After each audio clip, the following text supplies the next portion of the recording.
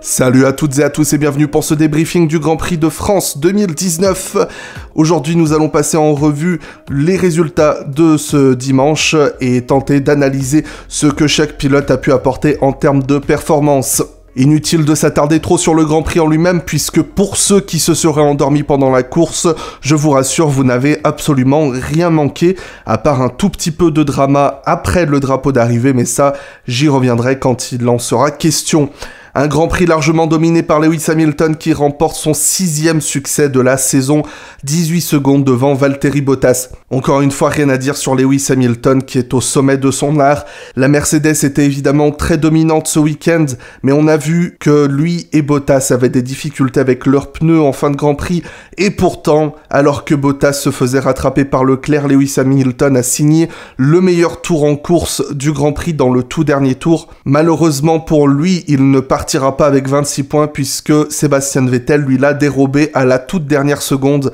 Mais Hamilton nous a encore une fois fait preuve de la démonstration de tout son talent comme il l'avait fait à Monaco en réussissant à exploiter des pneus complètement détruits. De son côté, Valtteri Bottas doit voir ses espoirs de titre s'amenuire course après course étant donné que non seulement il n'a pas réussi à être dans le rythme de Hamilton tout le long du week-end, mais aussi il peut être ravi qu'il n'y ait pas eu 2 tours supplémentaires ce dimanche puisque nul doute que Charles Leclerc allait le dépasser puisque le pilote monégasque qui termine donc 3e lui reprenait plus d'1 seconde par tour dans les derniers boucles de ce Grand Prix et termine littéralement dans les échappements du pilote finlandais puisqu'il est à moins de 9 dixièmes. Du côté de Charles Leclerc, c'est une course solide. Le pilote monégasque s'impose de plus en plus comme une source fiable chez la Scuderia Ferrari. Et même si tout le long du week-end, il était un petit peu dans l'ombre de Sébastien Vettel, le monégasque a profité de la faiblesse de son équipier en qualification pour monter sur la dernière marche du podium. Quant à Sébastien Vettel, comme je l'ai dit, il s'est raté en qualification, il l'a assumé. Il est sorti de la piste dans son premier tour et a donc annulé son temps et dans le deuxième tour, il a simplement pas été au niveau et a dû partir de la 7e place. C'était une course quand même solide de la part du pilote allemand et une course très solitaire.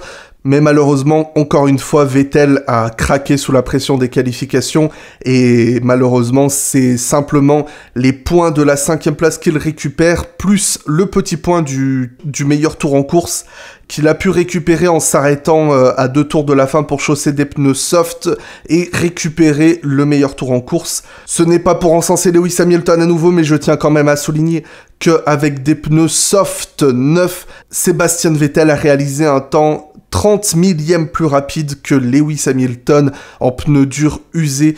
Donc c'est vraiment une très bonne performance à nouveau du pilote britannique. Les réjouissances seront assez minces chez McLaren puisque si Carlos Sainz termine 6e convertissant sa belle qualification, Lando Norris n'a pas pu faire mieux que 9e. Le pilote britannique qui partait de la 5e place a fait face à des problèmes hydrauliques en toute fin de course et s'est fait dépasser par Daniel Ricciardo, Kimi Raikkonen et Nico Hülkenberg dans le dernier tour. Cependant, Daniel Ricciardo a écopé d'une pénalité de 2 fois 5 secondes, ce qui relègue le pilote australien à la 11e place, mais j'y reviendrai dans quelques secondes. Très bon week-end pour McLaren parce que Sainz a mené une course solitaire, tout comme Lando Norris qui était vraiment dans les échappements de son équipier, mais qui a donc perdu énormément de temps à cause de ce problème hydraulique. Et c'est une grande déception pour lui et des petits points de perdu pour McLaren. Mais néanmoins, Zak Brown et son équipe peuvent se ravir du résultat d'ensemble de ce week-end et de la performance de leurs 2 pilotes. Kimi Raikkonen a mené une course absolument exemplaire partant du milieu de peloton pour remonter jusqu'à la 7e place. Il a très bien géré une stratégie où il est parti en pneumatique dure pour ramener son Alfa Romeo à la 7e place, alors que Antonio Giovinazzi, parti de la 10e place, a souffert de cette stratégie de devoir partir en pneus soft. Le pilote italien s'est très rapidement effondré dans les 10 premières boucles et ne termine la course finalement qu'en 16e position.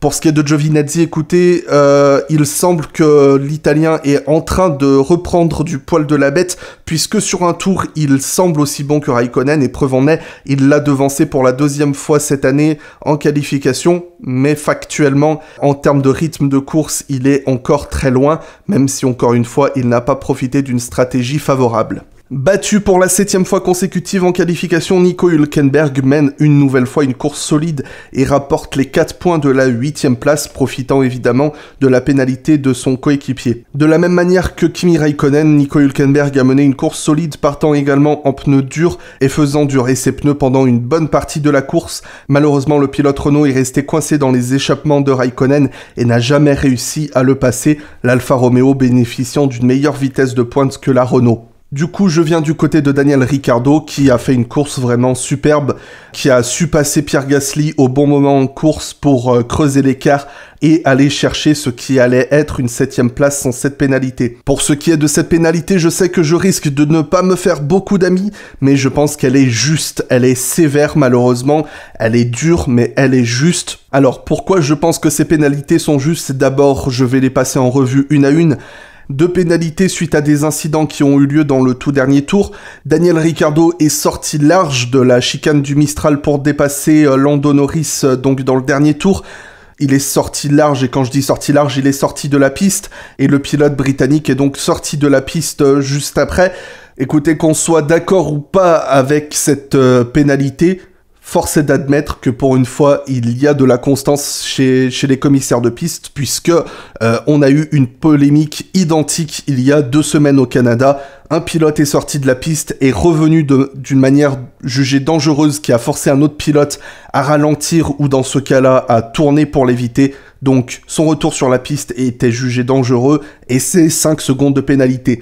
L'autre pénalité qui fait un petit peu plus discussion à mon avis, c'est Daniel Ricciardo qui s'est donc fait passer par Kimi Raikkonen dans la ligne droite suivante et qui a plongé à l'intérieur pour dépasser le Finlandais, mais tellement à l'intérieur qu'il avait les 4 roues hors de la piste. Et écoutez, même si on est en pleine ligne droite et que, comme on le sait, les zones de dégagement au Paul Ricard permettent aux pilotes de sortir de la piste assez aisément, le fait est que la piste, je le rappelle encore une fois, c'est le machin gris qui se situe entre les 2 lignes blanches continues et que dès l'instant qu'une voiture a les 4 roues hors de cette zone, elle est considérée comme hors piste. Si une voiture hors piste dépasse un pilote qui est sur la piste, eh bien on considère que c'est un dépassement qui est illégal, donc 5 secondes de pénalité. C'est très dur, évidemment, c'est dur, mais bon, c'est le jeu. Certains débattront que ça tue le sport. Écoutez,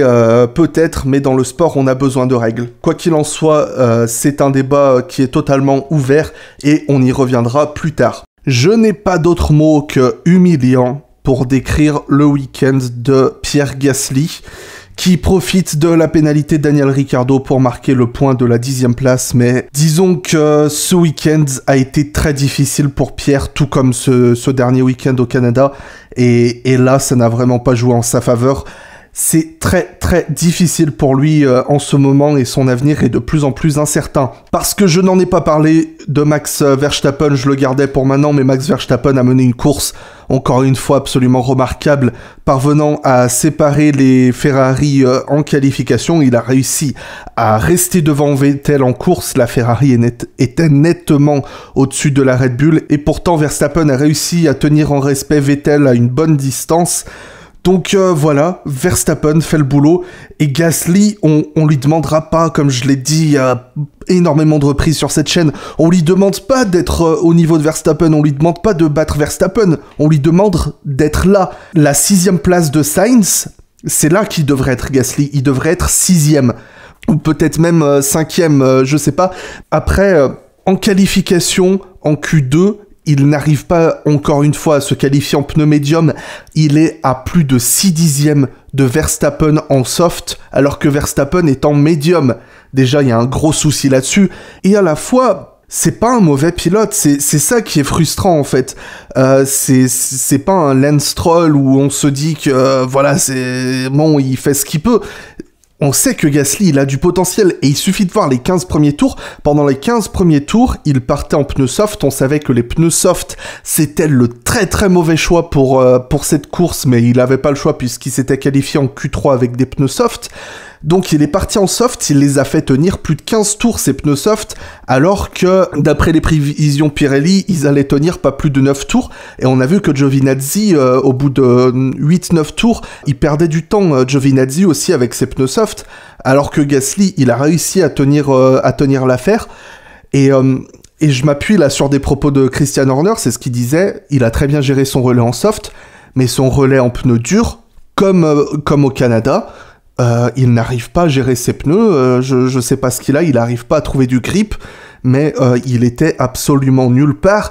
Red Bull a fait un superbe arrêt au stand, ils ont réussi à le faire repartir devant Ricciardo, qui allait tenter l'undercut, il repart juste devant, Ricciardo le dépasse, et il le trace Ricciardo, et au final, il y a aussi Raikkonen et Hülkenberg qui plus tard le passent également aux arrêts au stand. Je suis très dur, mais humiliant, c'est le mot pour moi, parce que il est pas là, au Canada il était pas là, Gasly, on y reviendra dans un live ce mercredi, mais pour moi, il faut qu'il se dépêche de retourner la tendance. Sergio Pérez, quant à lui, aurait sans doute pu shipper cette 10e place à Pierre Gasly, parce que le pilote mexicain a mené une course absolument remarquable, mais il termine 12e. Sa Racing Point était en difficulté en qualification et en course. Il avait un très bon rythme, mais malheureusement pour le Mexicain, il a eu une pénalité de 5 secondes au début de la course, puisqu'il est sorti de la piste au virage numéro 3, je crois. Il a très bien suivi la procédure obligatoire pour les pilotes qui sortent de la piste à cet endroit, à savoir de suivre la voie de la sortie, passer derrière un petit plot qui devrait le ralentir. Il l'a très bien fait, ça, mais le problème, c'est que en faisant ça, Pérez, il a gagné 2-3 places. Et j'en reviens à ce qu'on disait sur Ricciardo. Si un pilote double un autre pilote alors qu'il est en dehors de la piste, c'est illégal. Et là, effectivement, on a jugé que Sergio Pérez était sorti de la piste et était revenu en ayant gagné un avantage, ce qui était totalement le cas. Donc malheureusement pour lui, c'est seulement 12e, juste devant son coéquipier Lance Stroll, qui une nouvelle fois est une catastrophe ambulante en qualification et qui arrive à faire traîner ses pneus en course, à faire des bons relais. Mais voilà, il termine malheureusement juste derrière. Racing Point, c'est une équipe qui est en difficulté, qui a du mal, et je pense qu'il y avait du potentiel pour peut-être shipper un point ou deux ce week-end, et l'écurie a besoin de compter sur ces deux pilotes. Et Lance Stroll, c'est quand il veut que ça marche, et voilà, c'est très décevant. Un pilote qui ne m'a pas déçu, mais malheureusement c'était très difficile pour Toro Rosso ce week-end. Daniil Kvyat, qui partait du fond de grille en 19e place à cause d'une pénalité moteur, a réussi à remonter à la 14e place. Il termine juste devant Alex Albon. On a vu une belle bataille entre ces deux pilotes. Donc une superbe course de Kvyat, j'ai rien à redire pour lui. J'ai vraiment l'impression qu'on a retrouvé notre bon Daniil de 2014 chez Toro Rosso et même de 2015 chez Red Bull. Très bon pilote Daniil Kvyat, il faut pas oublier qu'il a tenu la dragée haute à Ricciardo en 2015 et pendant ces 4 courses qu'il a fait en 2016 chez Red Bull. Donc si on a retrouvé ce Kvyat de cette époque, on y reviendra une autre fois, mais voilà. Daniil Kvyat est en train d'entrer dans les bonnes grâces de Helmut Marko et Pierre Gasly. Disons que Monsieur Marko se lasse très très vite, et comme on le sait, c'est lui qui prend toutes ses décisions, donc on pourrait avoir des surprises du côté de chez Red Bull Toro Rosso à la rentrée. Donc Albon, j'ai pas grand chose à dire, lui il termine 15e seulement, et les As de Kevin Magnussen terminent 17e et celle de Romain Grosjean a abandonné. On lui a demandé de rentrer sa voiture en toute fin de course, je crois c'est un problème hydraulique, enfin je dis peut-être une bêtise, mais en tout cas un problème mécanique qui a contraint le pilote français à abandonner. Les As ne sont simplement pas là, historiquement c'est leur plus mauvais début de saison. Il faut de toute façon qu'une écurie naissante connaisse une période de stagnation, et ça a l'air d'être le cas cette année, parce qu'ils n'y arrivent pas chez As. Ils n'ont pas un mauvais duo de pilotes, mais Kevin Magnussen n'était pas là, Romain Grosjean n'était pas là non plus. Encore une fois, faute à la voiture. Malgré toutes les plaintes irritantes que peut balancer Grosjean chaque fois qu'il se fait doubler, c'est agaçant, j'en ai vraiment marre. Mais heureusement, entre guillemets, les performances sont encore là, parce que il faisait une bonne course, Grosjean. Il était, je crois, 15e, donc 2-3 places devant Magnussen quand il a abandonné. Donc il faisait une bonne course. mais qu'il arrête de se plaindre, bon sang, chaque fois qu'il se fait doubler, il gueule parce qu'il s'est fait pousser de la piste. Non, faut arrêter là, faut arrêter Romain, faut pas abuser non plus. Je m'arrête là, et du côté de Magnussen, j'ai pas grand chose à dire, les deux pilotes ont autant souffert l'un que l'autre. Et enfin, chez Williams, écoutez, première fois cette année que Robert Kubica termine devant George Russell, mais je vais devoir mettre un gros mais, parce que Russell, déjà, il fait un tour de qualification absolument extraordinaire. Si vous avez la possibilité de le voir en caméra embarquée, on voit vraiment qu'il fait une superbe performance. Et aussi, il suffit de voir la tronche qu'ils avaient dans le stand Williams lorsqu'ils ont vu le temps de Russell. Ils se sont regardés entre eux en disant comment il a fait ça. Malheureusement, il partait bon dernier parce qu'il avait une pénalité à cause d'un changement de boîte de vitesse, je crois, ou je sais plus quoi. En course, pourquoi on nous a pas montré la bataille entre les Williams? Ils se sont battus pendant une bonne dizaine de tours, Russell et Kubica. On sait que c'est les deux dernières places, mais on s'en fout, ce Grand Prix était suffisamment chiant pour pas nous montrer quand il y a de la bagarre en piste. Et voilà, et Russell, force est d'admettre qu'il l'a détruit, Kubica, enfin il l'a passé, il l'a doublé, et il a dû se réarrêter en toute fin de course, il a dû faire un deuxième arrêt, Russell, parce qu'il avait un problème sur son aileron avant, je crois, et c'est uniquement grâce à ça que Kubica termine devant Russell. Donc voilà, du côté de Kubica, j'ai envie de dire qu'il y a du mieux, mais factuellement, j'en ai pas vraiment l'impression, donc c'est dommage.